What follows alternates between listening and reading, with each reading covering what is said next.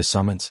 The council chamber of Velcaris hung suspended between three suns, a testament to the Dominion's mastery over space itself. Within its crystalline walls, representatives from 200 species waited in their designated alcoves, each a monument to their civilization's achievements. The air shimmered with translation fields and the low hum of 1,000 conversations. Ambassador Kieran Voss stood alone in the human alcove, hands clasped behind his back, watching the assembled powers with eyes that had seen too much. His gray-streaked hair was pulled back in a simple tie, and his formal diplomatic coat bore no medals, no ornaments, just the simple blue and green circle of Earth. The primitives actually came, hissed Zarketh, the Velthoran representative, his 6 eyes blinking in what passed for amusement among his kind. His scaled body rippled with bioluminescent mockery as he addressed the nearby delegations. I wagered they would cower in their single system. Laughter rippled through several alcoves.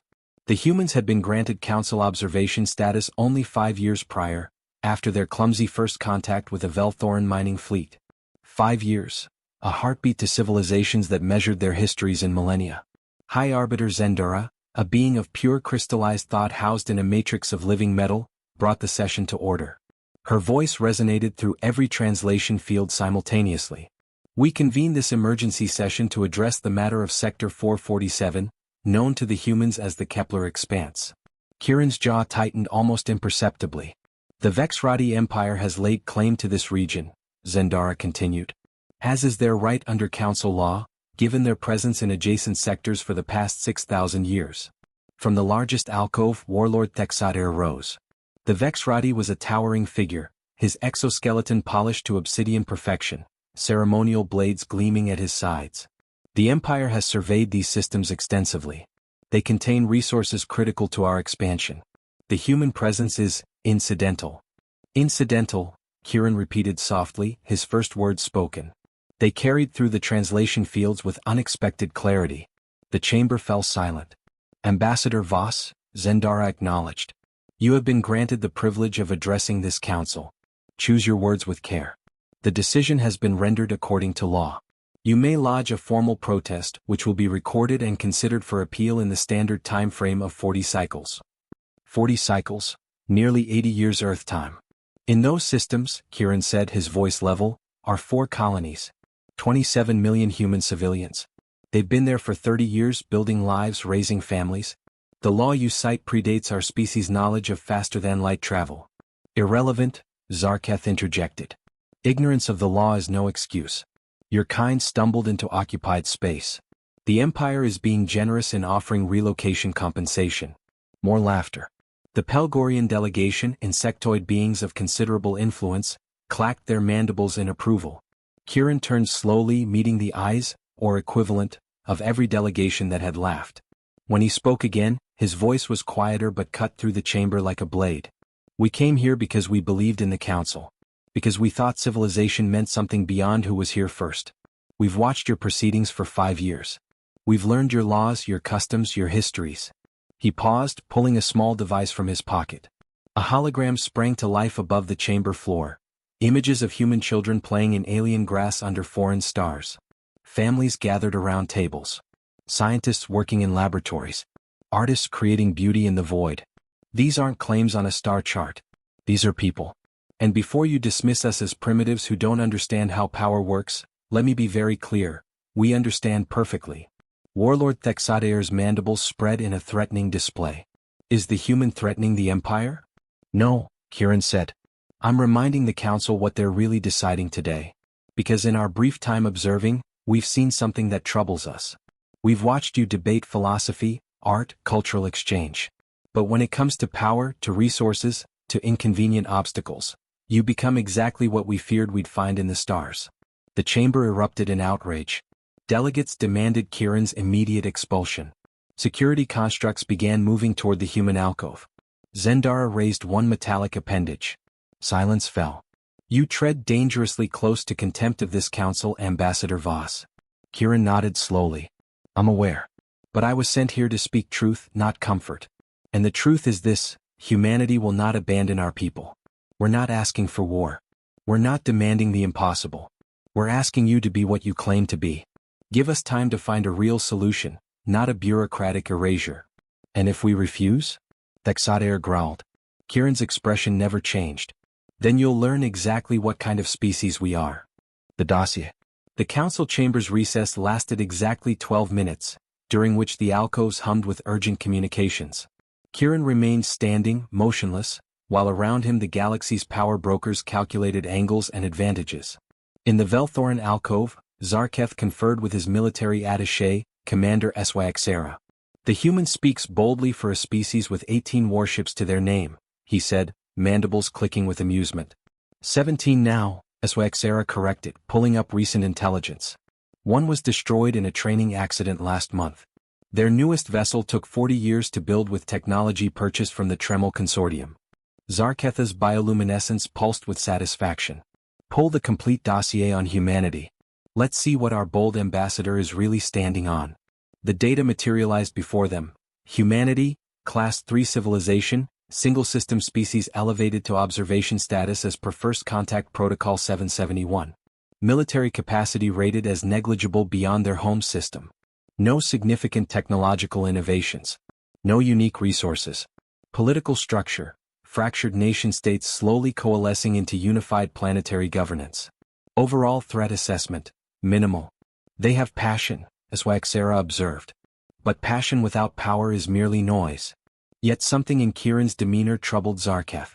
The human hadn't blustered or begged. He'd stood like someone holding cards that hadn't been played yet. Across the chamber, Counselor Mira Varseth of the Pellucid Alliance studied Kieran with her species' characteristic intensity.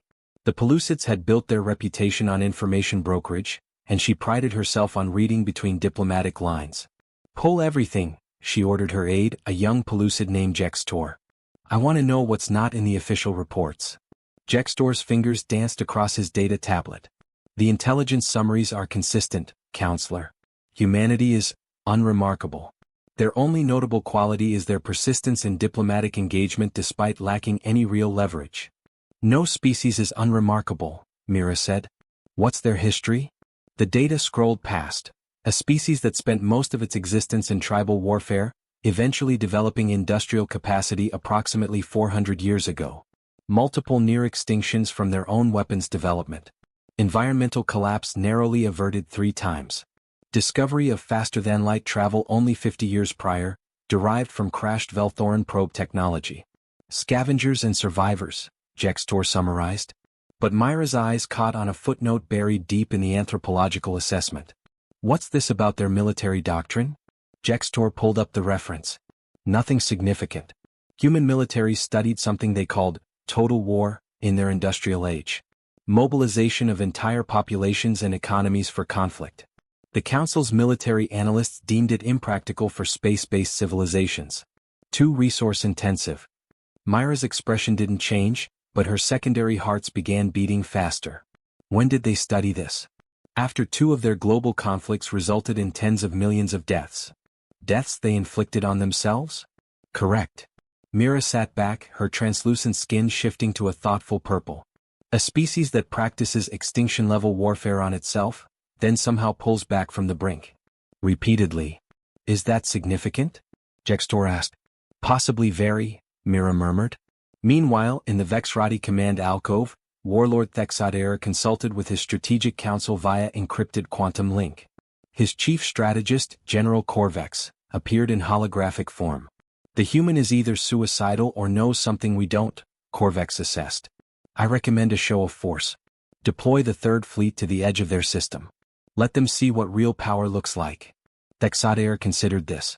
The Vexrati Empire had conquered 47 systems through military might. Their doctrine was simple, overwhelming force applied decisively. It had worked for 6,000 years. What is humanity's actual military capacity? He asked. Negligible for offensive operations, Corvex replied. Their vessels are slow, their weapons primitive. However, he paused. However, their system defenses are unusual. They've devoted massive resources to fortifying their home system. Automated weapons platforms, extensive satellite networks, redundant command structures. It's far more elaborate than typical for a species of their development level. A frightened species builds walls, Thexadair said dismissively. It means nothing for offensive capability. Agreed. But there's an oddity in their deployment pattern. It's not concentrated around strategic points. It's everywhere. As if they're expecting an invasion they intend to make catastrophically expensive. Thexader's mandibles clicked thoughtfully. A defensive posture. Even less threatening than we assessed. Or a species that learned very thoroughly how to defend their home, Korvax suggested.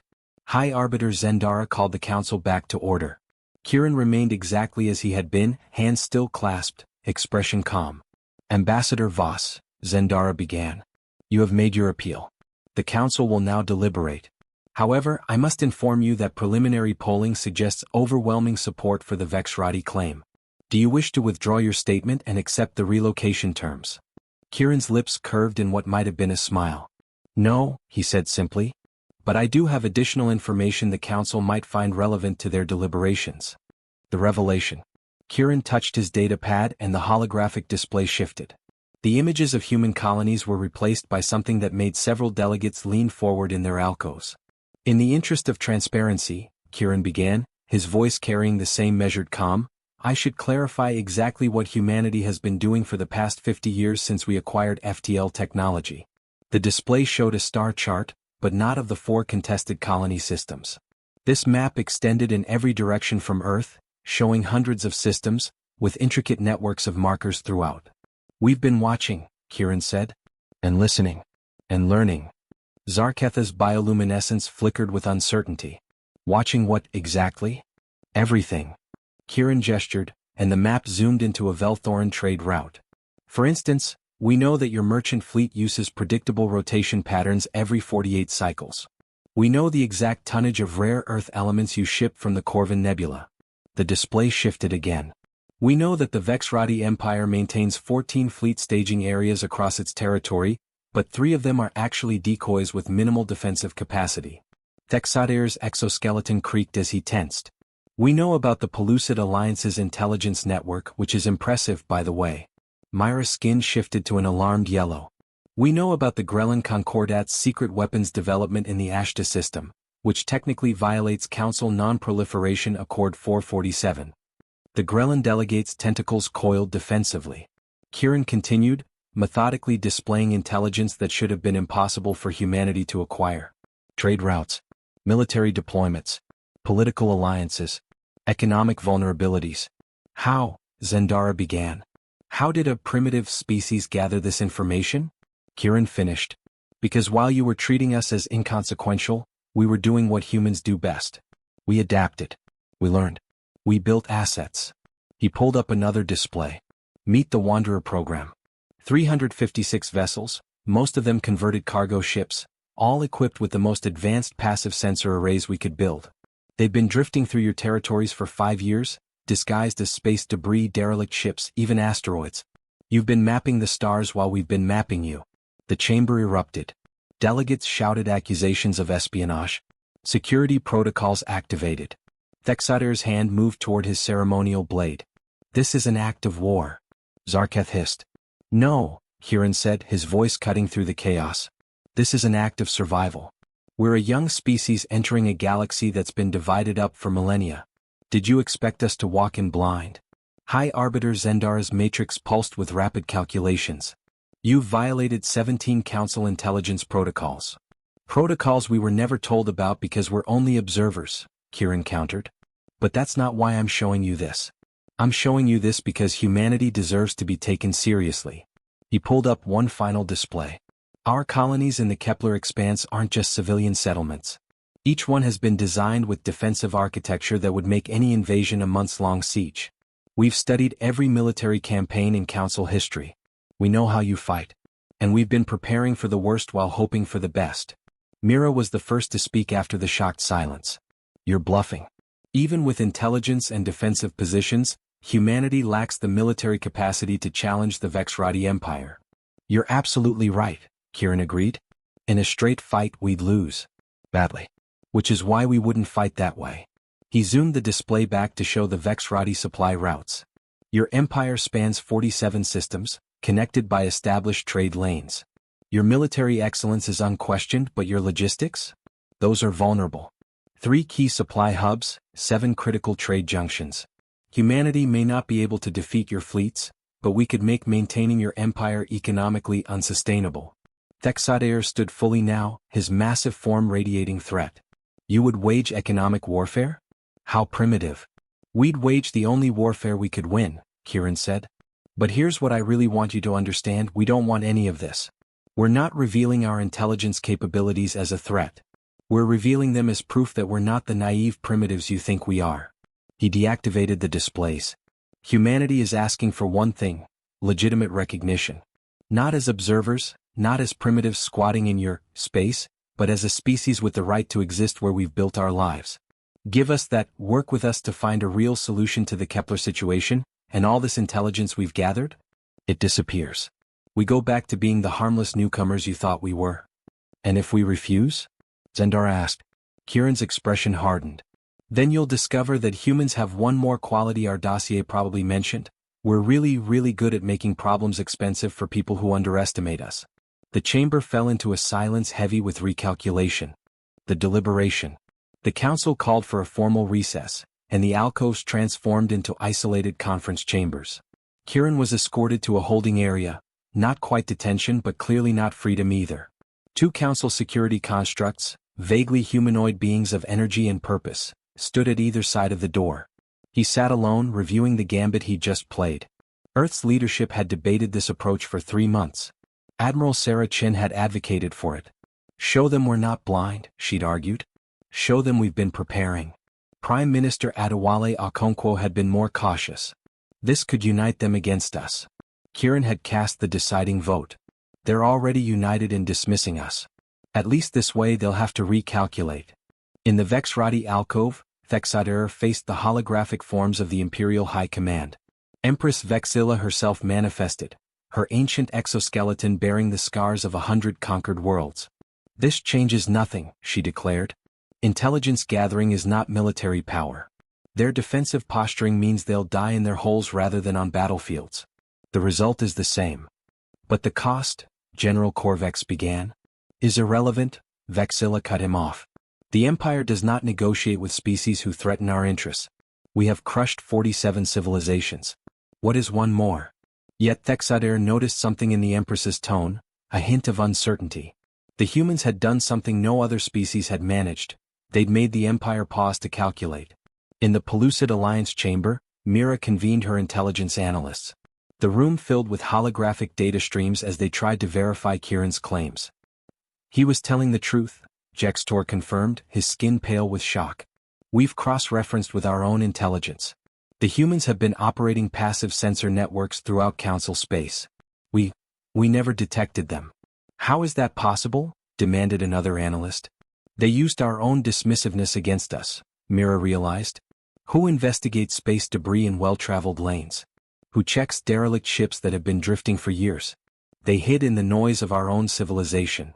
What do we do with this? Jextor asked. Mira was quiet for a long moment. We reconsider what kind of species we're dealing with. The Velthoran delegation gathered around Zarketh, who was reviewing military assessments with increasing frustration. The humans' threat about supply lines is legitimate, Commander Syxera admitted. If they deployed even basic raiding forces along the Vexrati trade routes, the Empire would be forced to divert significant military assets to protection duties. It wouldn't defeat them, but it would hamstring their expansion. So we're to be held hostage by a species with barely 24 warships? Zarketh demanded. Not hostage, Syxera corrected carefully. But we should acknowledge that the cost-benefit analysis has changed. The humans have essentially admitted to having no offensive capacity. They've shown their hand, intelligence and defensive preparation. Neither threatens us directly. Another officer spoke up. There's a precedent. The Corvin resistance held off Vexrati expansion for 40 years not through military might but through making every system too expensive to conquer. And the Vexrati eventually crushed them, Zarketh countered. After 40 years and at enormous cost, Syxera said. The humans are offering to avoid that entirely. They're asking for legal recognition, not territory or resources that belong to us.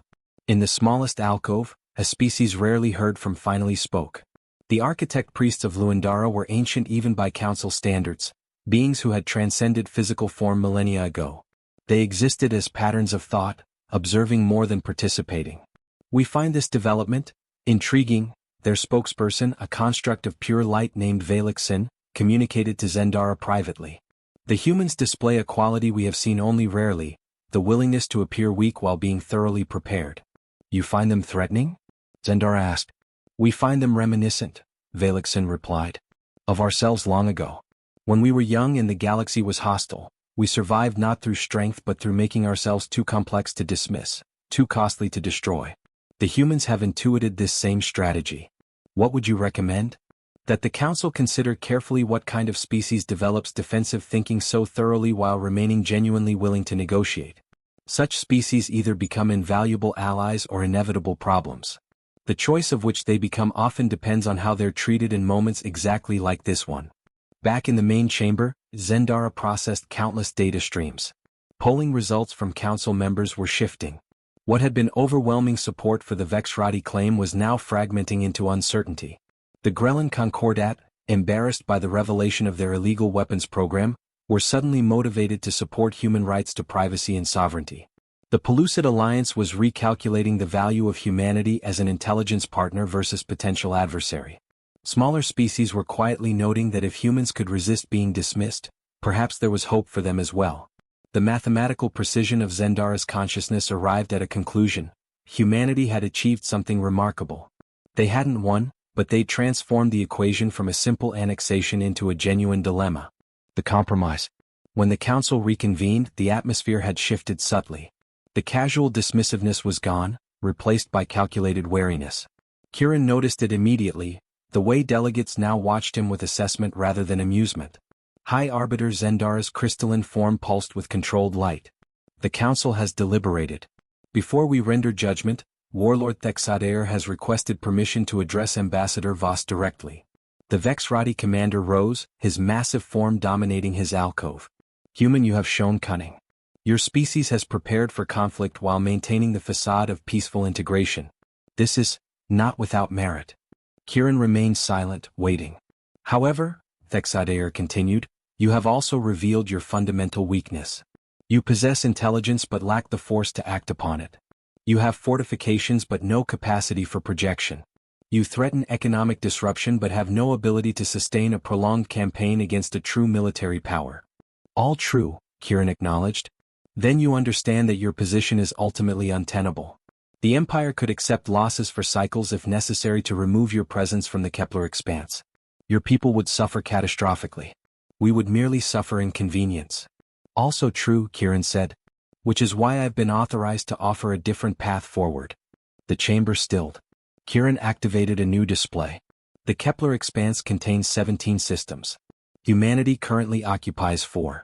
Our surveys indicate 7 others contain resources valuable to the Vexrati Empire, rare earth elements, gas giants suitable for helium-3 extraction, and strategic positioning for your expansion into the outer reach.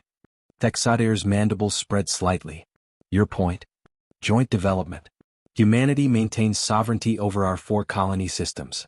The Vexrati Empire gains primary exploitation rights to the 7 resource-rich systems, with humanity providing labor, expertise in extreme environment resource extraction, and logistics support in exchange for a percentage of extracted materials and technology transfer agreements. Mira leaned forward in her alcove. You're proposing an economic partnership with the Empire? I'm proposing mutual benefit, Kieran said. The Empire gets resources and a workforce that's proven adaptable to harsh conditions. We colonized 3 of those systems without terraforming support, by the way. Humanity gets economic development and access to technology that would otherwise take us decades to develop independently. And the remaining 6 systems? Zendara asked. Designated as neutral scientific research zones, open to any council member species for collaborative study. Humanity would co-administer but not claim sovereignty. It becomes a proving ground for whether we can work together. Zarketha's bioluminescence flickered with skepticism. This is merely colonialism with extra steps. The Empire takes your labor and gives you table scraps. Or, Kieran countered, it's a junior partner arrangement that allows humanity to develop economically while establishing ourselves as reliable collaborators. We're not naive, Counselor. We understand we're negotiating from a position of weakness. But we're offering a deal where everyone gains something tangible. From her alcove, Mira spoke carefully. And the intelligence assets you've deployed throughout Council space? Deactivated and dismantled if this proposal is accepted, Kieran said. With verification protocols acceptable to the Council. We built them as insurance, not as a permanent espionage apparatus. Give us a legitimate path to security, and we won't need to hide in your shadows. Thexadur was silent for a long moment, his exoskeleton creaking faintly as he shifted. You would submit to Vexrati oversight in the resource systems? Joint oversight, Kieran corrected. With dispute resolution through council arbitration. We're proposing partnership, not vassalage. The Empire does not need partners. We have resources and power sufficient to our needs. Then consider it an investment in future stability, Kieran suggested. The Council is vast, but it's not infinite. Eventually you'll reach the borders of other power blocks, other empires. When that happens, having experience with collaborative expansion rather than purely military conquest might be valuable. It was a long shot, appealing to strategic thinking rather than immediate dominance. But Kieran had studied the Vexrati extensively. They were conquerors, yes, but they were also survivors across millennia. They understood adaptation. Velixen, the architect priest, manifested a physical form for the first time in the proceedings. A flowing pattern of light that coalesced into a vaguely humanoid shape. We would speak, the ancient being said. The human proposal has merit beyond the immediate situation. It establishes precedent for integration of emerging species into council frameworks through economic interdependence rather than subjugation or dismissal. It also establishes precedent for rewarding espionage and threats, another delegate objected. No, Velixen disagreed. It establishes precedent for rewarding preparation and creativity. The humans broke no laws, they were never prohibited from intelligence gathering because no one imagined they were capable of it. They threatened no violence. They merely illuminated what consequences might follow certain courses of action. They have, in essence, demonstrated exactly the kind of strategic thinking we claim to value in council discourse. Zendara's form pulsed with rapid calculation. Warlord Thexadur, does the Vexrati Empire find this proposal worthy of consideration? The chamber held its breath. The decision. Thexadur stood motionless for 17 seconds, an eternity in diplomatic proceedings. Behind him, holographic representations of the Imperial High Command flickered with urgent communications. Empress Vexilla herself had gone silent, her ancient consciousness weighing options. Finally the warlord spoke. The Empire requests a structured framework for this proposal. We do not make agreements on sentiment or vague promises. It wasn't acceptance, but it wasn't rejection either. Kieran felt the slightest easing of tension in his shoulders. We're prepared to negotiate specifics. My team has drafted preliminary frameworks covering resource sharing percentages, technology transfer schedules, dispute resolution protocols, and security arrangements. Your team? Zarketh interjected. The human delegation consists of you and 2 junior attaches. Kieran allowed himself a slight smile. I said we've been watching and learning, counselor. I didn't say I came alone. May I introduce my actual delegation? He touched his communicator. The chamber's security protocols flickered momentarily, a carefully planned and authorized demonstration, as 5 additional holograms materialized around Kieran's alcove. Admiral Sarah Chin, commander of Earth's Stellar Defense Forces. Dr. Marcus Osei, xenoeconomic specialist. Ambassador Yuki Tanaka, legal counsel and council law expert. Professor Amara Reeves, xenoanthropologist. And Commander James Whitlock, military intelligence. Each hologram nodded in turn. They'd been present the entire time, hidden in encrypted channels, feeding Kieran information and analysis. Myra's skin shifted to an impressed violet. They've been here all along? We learned from the best, Kieran said, glancing meaningfully at the Pellucid Alliance alcove. Information is power, but timing its revelation is art. Admiral Chin stepped forward in holographic form. Warlord Thexadur, the human defensive preparations in the Kepler Expanse were designed with a specific goal, to make any military action costly enough to force negotiation. We're now at that negotiation. My forces are prepared to stand down and convert to joint security operations under mutually agreed protocols. Dr. Osei added, the economic modeling suggests mutual benefit across a 15-cycle period. The Vexrati Empire gains access to resources and labor at below-market acquisition costs. Humanity gains technological advancement and economic integration that accelerates our development by decades. The Council benefits from establishing a framework for peaceful integration of emerging species. Thexader listened, his combat-trained mind parsing their words for weakness or deception. What he found instead was thoroughness. The humans had thought this through with impressive depth. The Empire will require guarantees, he stated. Your military capabilities, while limited, have proven more sophisticated than initially assessed. We would need verification protocols ensuring no hidden weapons development. Ambassador Tanaka responded, acceptable, with reciprocal transparency regarding Vexrati military deployments in the joint development zones. Mutual verification builds mutual trust. Trust, Thexader repeated, his tone making the word sound like a foreign concept. Or at least verified deterrence, Tanaka amended. We're pragmatists, warlord. We understand the Empire didn't conquer 47 systems through altruism. But you also didn't maintain that empire for 6,000 years without understanding when conquest is less efficient than cooperation. From the architect-priest alcove, Valixen spoke again. We propose a trial framework. A 10-cycle initial agreement with built-in assessment points. If the partnership proves functional, it continues and expands. If it fails, both parties retain rights to their respective territories with a negotiated buffer zone. Zendara's crystalline form brightened.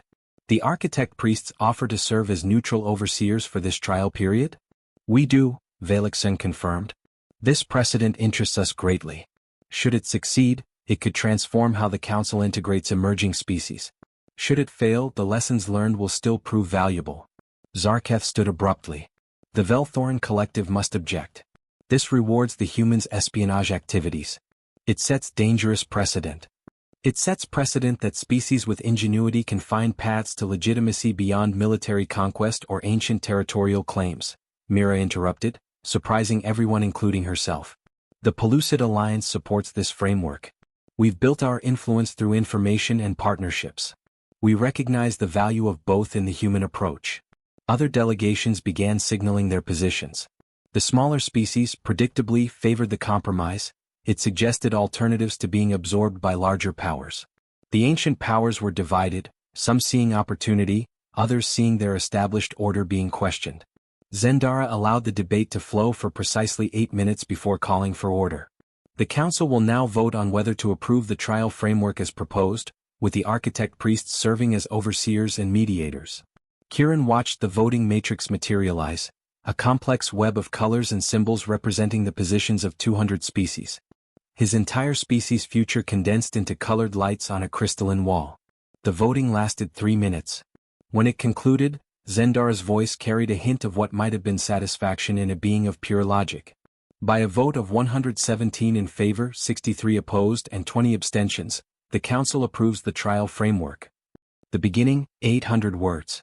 The Council chamber slowly emptied as delegations filed out, their conversations a mixture of calculation and surprise. History had been made, though no one could yet say whether it would be remembered as wise precedent or cautionary tale. Kiran remained in the human alcove as his holographic team winked out, their work complete. He was gathering his materials when an unexpected visitor approached. Warlord Thexader stood at the entrance to the alcove, his massive form somehow less threatening than it had been hours earlier. Without the theatrics of the formal chamber, he was simply a soldier who'd fought for millennia. A word, Ambassador Voss, the warlord said. Kiran turned. Of course. Your defensive preparations, Thexader began. The fortress colonies, the automated weapon platforms, the redundant command structures. I've reviewed the tactical assessments. You modeled them after the siege of Corvan, didn't you? Kiran nodded. Among others. Your campaign there was studied extensively at our war colleges. We lost 40,000 warriors taking those systems. We know. And we learned everything we could from both sides of that conflict. Thexader's mandibles clicked in what Kiran had learned was thoughtfulness. You studied our victories to understand how to resist us. That is unusual. Most species study victories to emulate them. We're not most species, Kiran said simply. We learned warfare from practicing it on ourselves. We know what it costs. We'd rather not repeat those lessons on a galactic scale. Yet you prepared thoroughly for that exact outcome. Hope for the best, prepare for the worst. It's kept us alive this long. The warlord was silent for a moment. Then, the Empire has never accepted a junior partner before. We conquer or we ignore. This arrangement troubles many in the High Command. I imagine it does. It troubles many on Earth as well. Partnership requires trust, And trust is expensive when you've survived by not giving it freely. Indeed. Thexadeir's posture shifted almost imperceptibly. I want you to understand something, Ambassador. I supported this arrangement not because I believe in your species' potential, but because I calculated it was less costly than the alternatives. Do not mistake pragmatism for friendship. I wouldn't dream of it, Kieran replied. But pragmatism is a solid foundation. Friendship, if it comes, can be built on that. Perhaps. The warlord turned to leave, then paused. Your Admiral Chen mentioned converting defensive installations to joint security operations. I will be assigning a liaison to oversee that transition. I suggest your people be thorough in their cooperation. The Empire will be watching closely. We expected nothing less. We'll be watching too. Thexadeir's mandibles spread in what might have been a smile. I believe you will. That is precisely what makes this arrangement viable. After the warlord departed, Mira approached, her translucent skin shifting through thoughtful purples and blues. That was either the boldest negotiation I've witnessed in 40 years or the most reckless, she said. Possibly both, Kieran admitted. Time will tell. The Pellucid Alliance would like to open preliminary discussions about information sharing protocols. If humanity is dismantling its intelligence networks, we're interested in, shall we say, collaborative sensing arrangements. Kieran smiled. You want to recruit us? We want to understand what kind of partners you might make. Your people think differently than most council species. That's valuable. I'll pass that along to Earth. Though I suspect we'll be very selective about what we share going forward. As would any wise species. Myra's skin brightened slightly. Welcome to the Council, Ambassador. The real one, not the observer status you've held. You've earned a seat at the table. We earned the right to fight for a seat at the table, Kieran corrected. Now comes the harder part, proving we deserve to keep it. As the last delegates departed, Kieran stood alone in the vast chamber. He thought about the 27 million people in the Kepler colonies who could now sleep knowing their homes were secure. He thought about the generations to come who would build on this fragile framework. His communicator chimed. Admiral Chen's face appeared, calling from Earth. We're watching the vote results come through, she said. You did it. We did it, Kieran corrected. But Sarah, this is just the beginning. The hard work starts now. Agreed. But for tonight, let our people celebrate. They've earned it. They have. Kieran looked around the empty chamber one last time. Tell them Earth has a future in the stars. Not through conquest, not through surrender, but through proving we belong here. That's a good line. I'll use it in the press conference. Kieran smiled. That's why they pay you the big credits, Admiral? As he left the council chamber, Kieran passed the massive inscription that adorned the entrance, written in the ancient language of the first builders. Let those who gather here seek wisdom beyond strength, justice beyond power, and unity beyond fear. For the first time since entering this place, Kieran felt like those words might actually apply to his species. The Empire had watched. The aliens had mocked. And humanity had addressed the Council. Now they would show the galaxy what humans could build when given the chance. The future stretched before them, uncertain but no longer impossible. And for a species that had clawed its way up from a single fragile planet, that was more than enough. That was everything.